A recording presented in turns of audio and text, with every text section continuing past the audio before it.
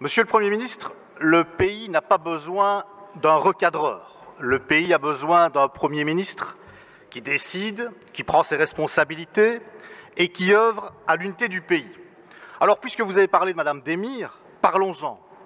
Quand Madame Demir, prétendument en charge de l'égalité des chances, compare nos concitoyens de confession musulmane à du bétail électoral, je dis bien du bétail, elle tient à des propos dégradants aussi ignobles qu'inadmissibles, Monsieur le Premier ministre.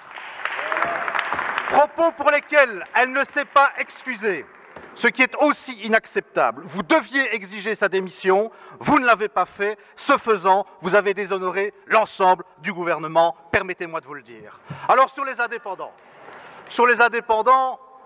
là, vous avez critiqué le précédent gouvernement. Je transmettrai vos amitiés à Madame Laruelle, qui était en charge de la matière sous le précédent gouvernement. Merci pour elle, Monsieur le Premier ministre. Sur le terrain budgétaire, beaucoup de choses ont été dites.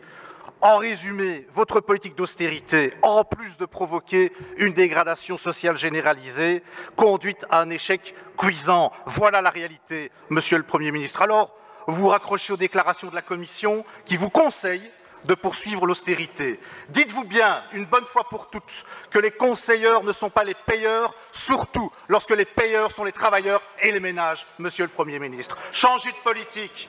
Prenez des mesures de justice sociale et de justice fiscale au lieu de vous entêter à envoyer la facture à la population. Exigez aussi de vos ministres qu'ils travaillent dans le souci de l'intérêt commun au lieu de passer leur temps à s'insulter ou pire, à insulter la population. Merci, Monsieur Lawesh.